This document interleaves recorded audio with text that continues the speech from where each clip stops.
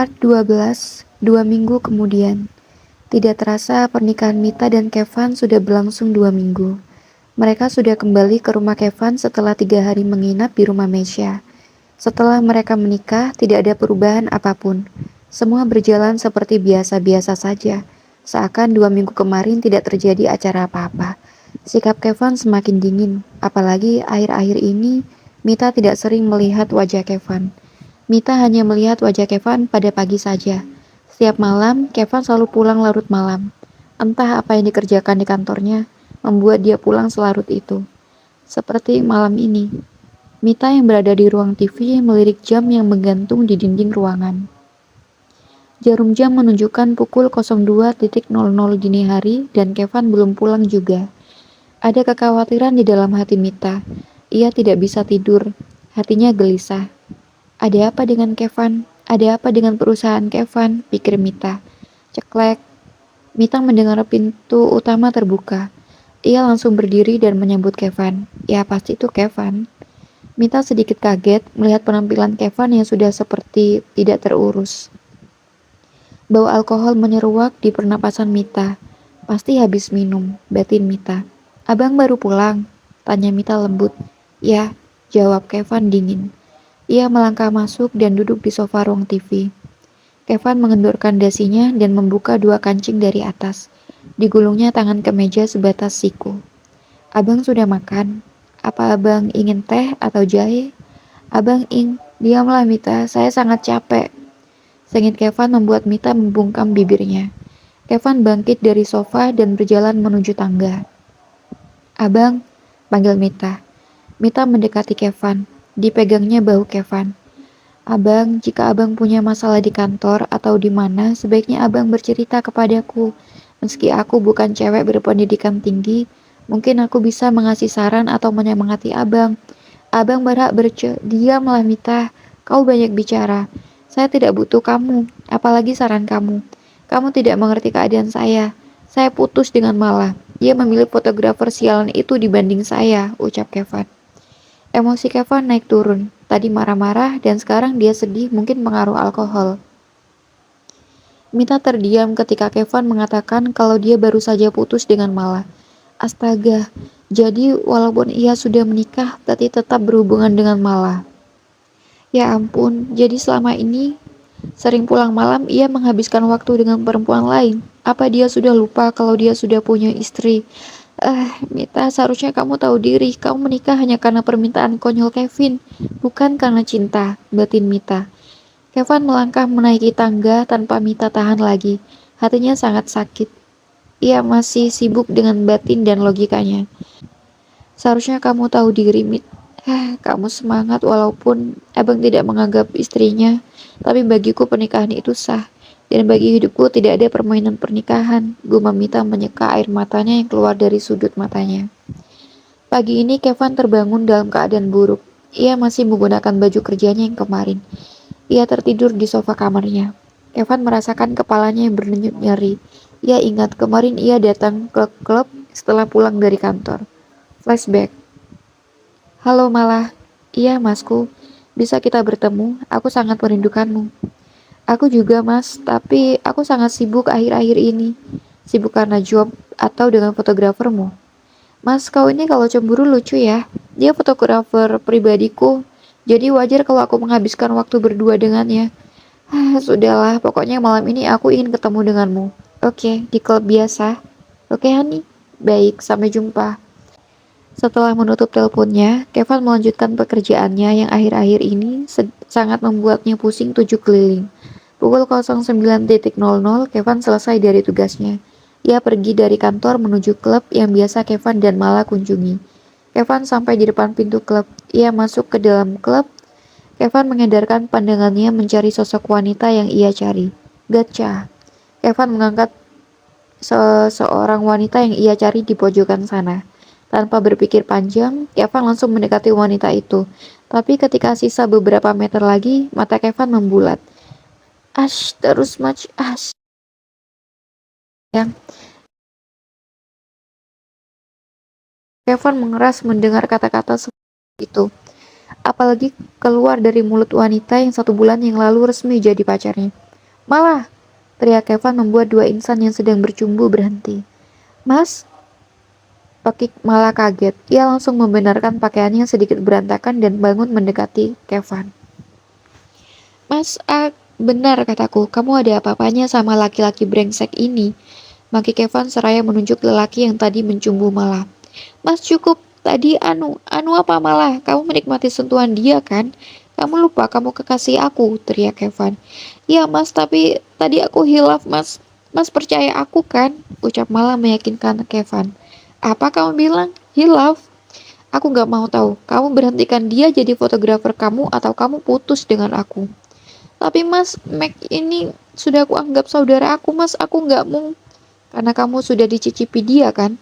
Mas, jaga ya ucapan kamu. Aku memang pernah dicicipi kamu, tapi bukan berarti aku diobral. Aku pilih Mac dan sekarang kita putus. Pakik malah dan pergi keluar klub seraya menarik lengan Madge. Ah! Kevin berteriak dan memecahkan gelas yang berada di dekatnya. Dia sangat kesal. Entah kenapa ia bisa sangat menyukai Mala, yang awalnya hanya ingin ia jadikan saja. Saking frustasinya, Kevin sampai lupa sudah berapa banyak botol minuman keras yang ia minum. Flashback end. Kevin masuk ke dalam kamar mandi. Ia terdiam di bawah guyuran shower. Kepalanya kembali berdenyut dan tiba-tiba ia teringat sesuatu. Mita, Kevin mematikan showernya dan langsung keluar dari kamar mandi. Ia menarik sepasang baju rumah dan memakainya dengan cepat. Ia menuruni anak tangga dengan tergesa-gesa. Ia mengedarkan pandangannya ke penjuru rumah, tapi ia tidak menemukan sosok yang ia cari. Bisum, teriak Kevin menggema di ruang ini. Dengan tergopoh-gopoh, Bisum berlari ke arah Kevin. Iya, Den, ada apa? Apa yang terjadi? Tanya Bisum dengan nada khawatir. Bibi lihat Mita tidak? Neng Mita sudah berangkat mengantar Den Kevin, tapi katanya Den Kevin tidak mau ditungguin. Jadi mungkin sebentar lagi Neng Mita balik lagi, Den. Dengan siapa dia mengantar Kevin? Dengan Reza, Den. Apa? Reza? Pakik Kevin. Hatinya mengapa tiba-tiba panas. Rahangnya mengeras saat mendengar Mita pergi dengan lelaki lain. Iya, Den. Memangnya kenapa? Tanya Bisum bingung. Tidak, sudah lebih baik Bibi kembali saja. Baik, Den. Bisum kembali ke dapur untuk melanjutkan pekerjaannya yang tertunda. Shit, mengapa tidak membangunkan aku, Mita? Umpat Kevin kesal. Mita masuk ke rumah dengan membawa beberapa kantong kresek. Memang tadi pas Kevin memintanya tidak menunggunya di sekolah karena alasan dia ingin mandiri. Mita meminta Reza belok ke supermarket karena ada beberapa bahan makanan yang sudah habis stok. Dari mana kamu, Mita? Tegur Kevin di ruang TV membuat Mita berhenti berjalan. Abang sudah bangun. Mita tidak menjawab pertanyaan Kevin. Buat Kevin bangkit dari sofa dan mendekati Mita. Kamu tidak menjawab pertanyaan saya, Mita. Kamu dari mana? Ulang Kevin dengan nada tegas. Aku habis mengantar Kevin, Bang. Abang lihat jam tidak? Sekarang sudah jam 9. Abang tidak ke kantor? Tanya Mita acuh. Dengan siapa kamu mengantar Kevin? Dengan Mas Reza. Kenapa tidak membangunkan saya, Mita? Geram Kevin. Membangunkan abang? Abang saja baru pulang jam 2, belum lagi mengoceh tidak jelas. Aku rasa abang tidur jam 4, jadi mana tega aku bangunkan abang, ketus Mita. Mengoceh tidak jelas? Tanya Kevin bingung. Karena setahu dia, ia tidak terlalu banyak minum alkohol semalam. Ia mengoceh, sudah aku akan membuat cemilan dan makan siang untuk abang. Ucap Mita dan berlalu ke dapur tanpa mempedulikan pertanyaan Kevin tadi, karena itu membuat hati Mita kembali berdenyut nyeri. Kevin kembali duduk di sofa ruang TV. Pikirannya masih tertuju pada ucapan Mita. Maksudnya apa mengoceh tidak jelas, pikir Kevin. Ada rasa takut terselip di hati Kevin. Ia takut kalau ia lepas kontrol dan ia menceritakan hubungannya dengan Mala. Tapi siapa peduli, pernikahan ini hanya karena permintaan Kevin, putranya. Mas Reza, panggil Mita. Di taman belakang Mita, teriak Reza karena jarak mereka sedikit berjauhan. Mita mendekati Reza dengan membawa nampan. Mas, ini aku bikinkan wedang jahe. Sama tadi aku bikinin cemilan bakpia, ucap Mita seraya menaruh nampan di meja. Reza yang sedang merapikan rumput-rumput langsung mendekati Mita dan mencuci tangannya. Wah Mita, terima kasih, maaf sudah merepotkanmu, ucap Reza seraya menyeruput wedangnya. Tidak merepotkan kok mas, oh ya nanti aku boleh minta tolong tidak?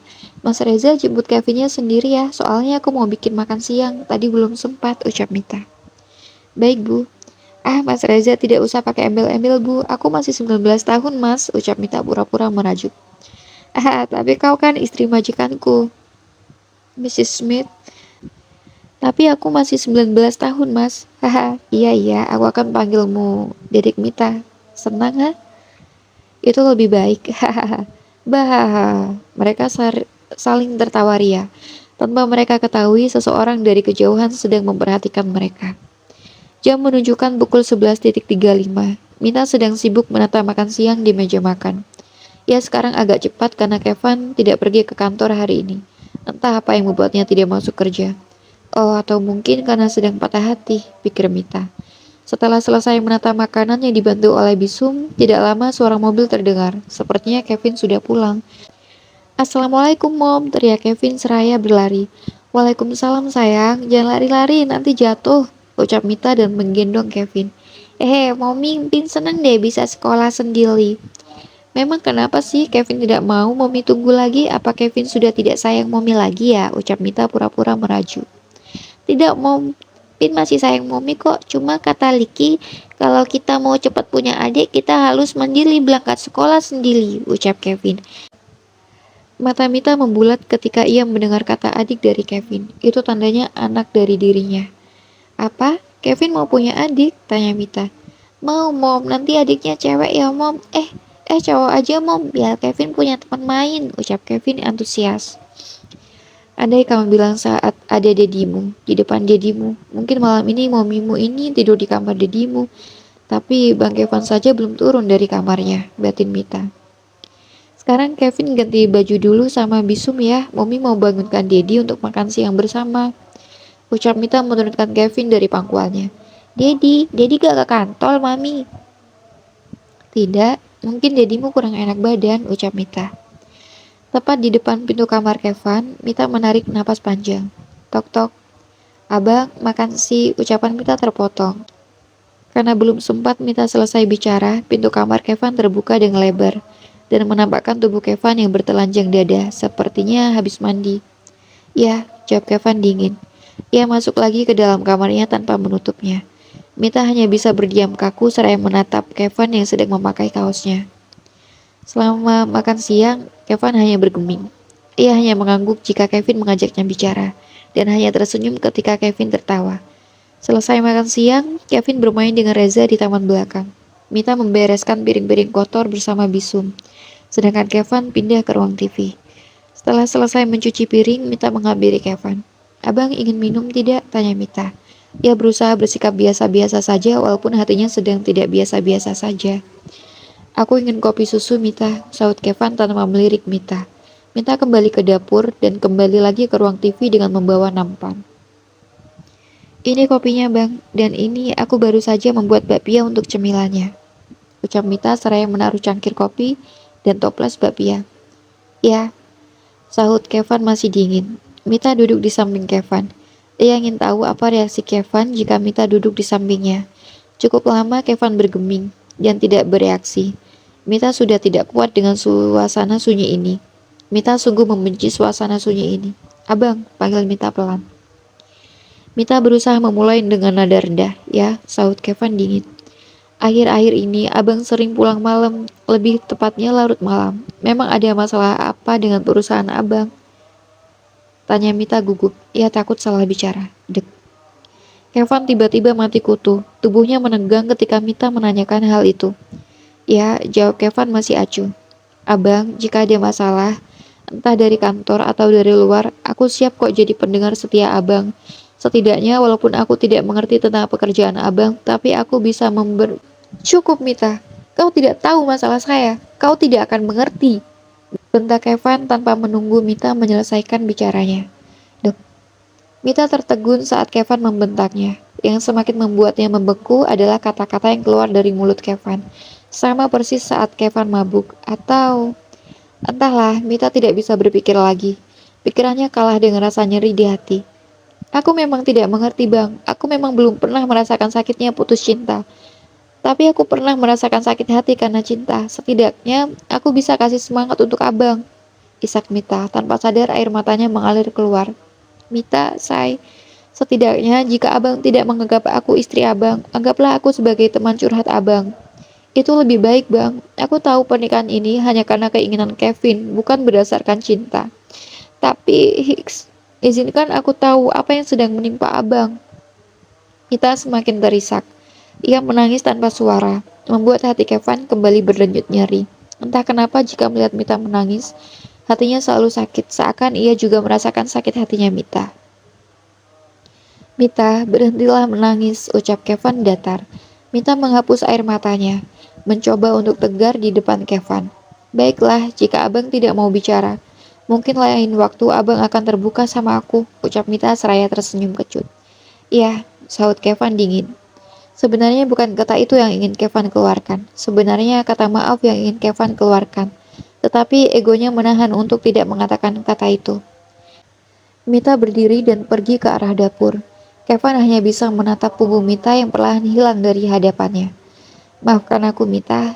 Maafkan aku sudah bikin kamu menangis. Maafkan aku sudah bikin kamu merasa sakit hati karena ucapanku. Mita, aku seperti ini demi kamu. Aku cukup tahu diri untuk mendekatimu. Aku hanya lelaki berumur yang tidak tahu malu. Menikahi wanita muda yang cantik. Yang jelas, jika ada pangeran muda ingin menikahinya, pasti aku akan ditinggalkan olehmu. Entah perasaan apa yang ada di dalam hatiku. Aku tidak suka melihatmu tertawa karena lelaki lain. Aku tidak suka kau berikatan dengan lelaki lain. Aku merasakan sakit ketika kau menangis. Apakah ini? Tidak, aku akan hilangkan perasaan ini demi kebahagiaanmu.